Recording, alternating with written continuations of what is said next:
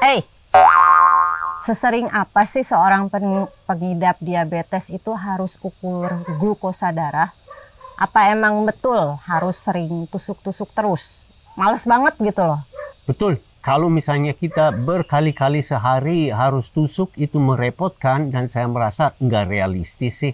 Untung ada jalan pintasnya bagaimana kita bisa ketahui gula darah kita tanpa kita tusuk melulu.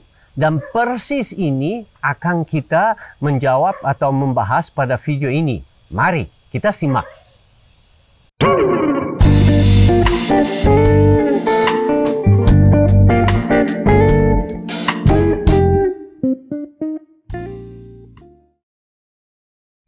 Sebenarnya kita ukur gula darah itu untuk apa?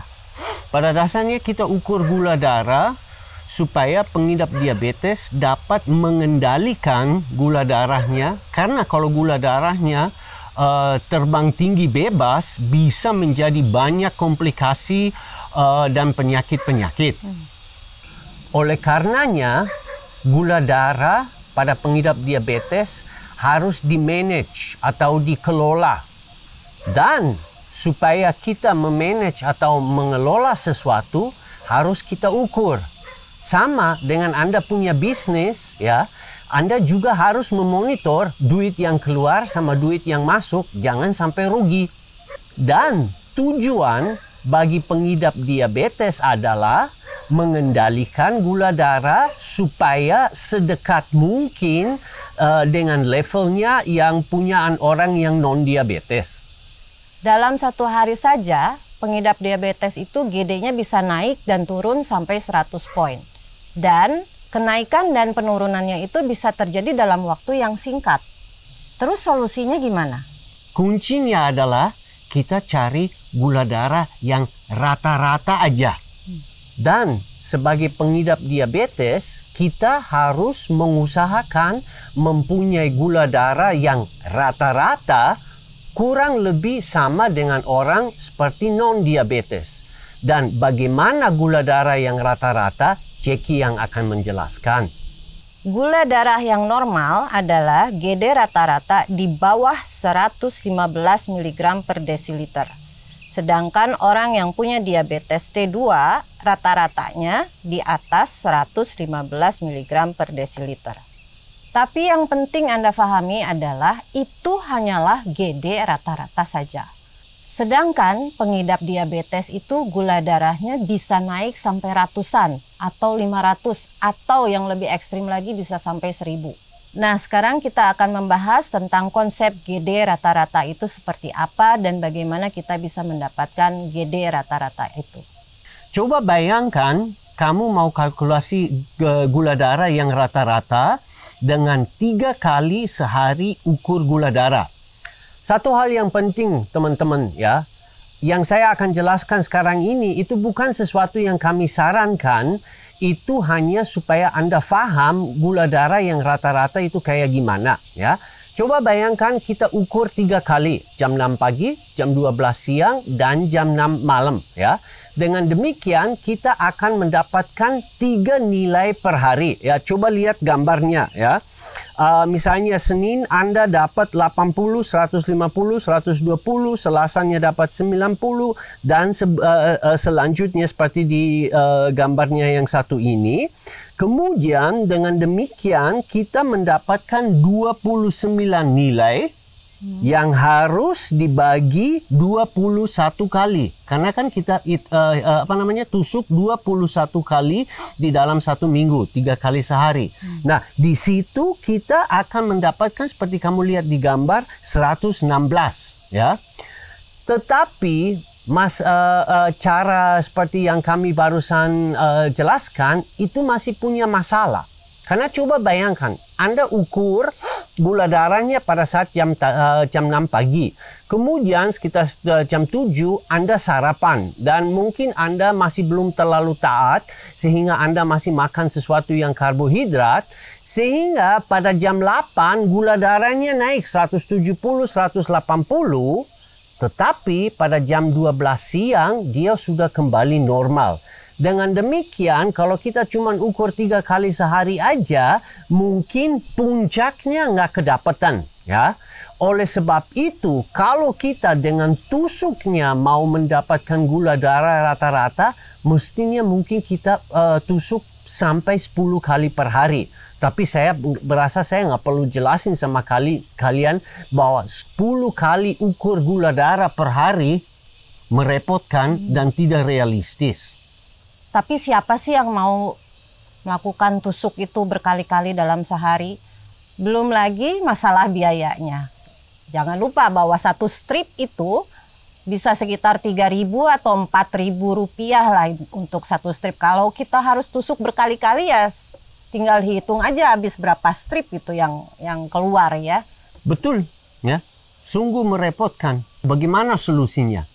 Nah, solusinya adalah melakukan tes HbA1c aja. Karena HbA1c itu memberikan kita persis gula darah rata-rata selama 3 bulan ke belakang. Tes HbA1c tidak Anda dapat melakukan di rumah, harus ke lab, tetapi cuma sekali 3 bulan aja diambil darah, dan sekali lagi dari tes itu kita mendapatkan persis gula darah yang kami barusan membahas selama 3 bulan ke belakang ini. Nah, dengan demikian kita nggak perlu tusuk-tusuk, ya. Karena tinggal sekali aja dalam 3 bulan dan kita sudah tahu bagaimana gula darah rata-ratanya. Nah, sekarang kita tinggal bahas HbA1c yang normal berapa dan HbA1c pada pengidap diabetes itu kayak gimana. Kalau orang sehat tidak punya diabetes sama sekali dan metabolismenya 100% oke, HbA1c akan menjadi antara 4 sampai 5. Walaupun dunia medis bilang sampai 5,5, tetapi saya tidak setuju karena kalau kita melihat studi-studi yang dilakukan pada orang-orang yang 100% sehat dan tidak mengikuti pola makan modern segala macam, mereka cenderung mempunyai HbA1c paling 5,0, 5,1, 5,2, enggak sampai 5,5. Tapi saya merasa itu sih bukan isu yang besar, perselisihan antara 51, 52 sampai 5,5, ya. Banyak yang bingung, katanya HbA1c itu adalah GD rata-rata selama 3 bulan ke belakang. Tapi kok angka yang keluar itu beda. Di HbA1c itu bisa 4 sampai 14%. Sedangkan di alat ukur GD itu bisa puluhan sampai ratusan. Betul. Hal ini memang membingungkan, ya. Dan alasannya sebenarnya agak teknisnya. Tapi coba kamu lihat gambar yang satu ini, ya. Di sini kelihatan hubungan antara HbA1c dan gula darah. HbA1c misalnya yang 5,1 berarti GD rata-rata 100, ya. Kalau misalnya HbA1c 5,8 menjadi 120 dan seterusnya seperti di gambar ini. Dan ini sekarang saya kasih lihat kalian satu tabel yang lebih lengkap lagi, ya. Nah, di sini kalian bisa mendapatkan semua terjemahannya dari HbA1c ke GD yang rata-rata. Ya, silahkan di pause aja videonya bagi orang yang teliti, ya. Di sana kalian misalnya bisa lihat bahwa HbA1c 4,7 berarti gula darah rata-rata 88. Atau kalau sekarang kita ambil yang tinggi 10,3 itu berarti GD rata-rata 249. Kalau begitu sebenarnya tusuk-tusuk itu nggak terlalu penting dong. Cukup ukur HbA1c aja kan udah kelihatan dari HbA1c itu sejauh mana orang bisa mengendalikan diabetesnya. Betul, kamu benar. Dan persis itu yang saya misalnya lakukan selama 4 tahun pertama setelah saya divonis diabetes, ya. Saya 2 sampai 3 kali setahun pergi ke lab untuk ukur HbA1c-nya di sana, dan karena HbA1c kepunyaan saya itu selalu di bawah 6, ada sampai 5,6, naiknya lagi 5,7, 5,8, saya nggak tusuk. Walaupun saya punya alat tusuk, ya, saya selama 4 tahun sama sekali tidak pernah tusuk. Namun, sejak 1-2 tahun ke belakang ini, saya pun cukup sering melakukan tesnya pakai alat ukur GD, ya. Walaupun HbA1c seperti kamu tahu saya punya itu agak oke punya, ya. Dan ada beberapa alasan kenapa saya melakukan sedemikian. Namun sebelum saya menjelaskan kenapa saya sekarang pun cukup sering melakukan tusuk, saya ingin mengundang Anda ke Facebook group Stop Diabesitas. Di sana Anda akan berjumpa dengan ribuan orang lain yang semua memperjuangkan lepas dari diabetes hanya dengan gizi dan nutrisi saja. Link pada Facebook group tersebut Anda dapat di bagian deskripsi dari video ini. Nah kan saya bilang saya mau jelasin sama kalian kenapa saya walaupun punya HbA1c yang memuaskan tetap cukup sering melakukan tusuk. Ya, ada dua alasan. Alasan pertama adalah saya ingin tahu sejauh mana salah satu makanan atau salah satu hidangan mempengaruhi gula darah. Karena kita kan tahu misalnya orang diabetes sebenarnya tidak boleh makan buah, ya. Tetapi seperti kamu lihat kan beberapa hari ke belakang ini saya paginya ke warung ambil pisang, ternyata saya makan 8 buah pisang, gula darah saya masih tetap aman. Dan ada beberapa contoh yang lain juga di mana saya mengukur gula darah sebelum makan, 1 jam sesudahnya dan 2 jam kemudian.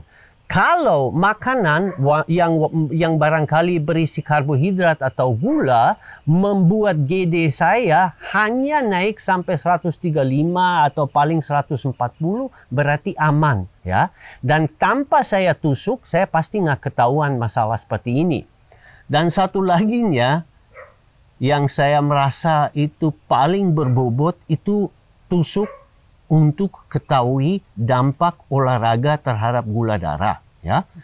Saya dari dulu tahu bahwa olahraga sangat positif dampaknya terhadap penurunan gula darah. Tapi seefektif apa saya tidak tahu.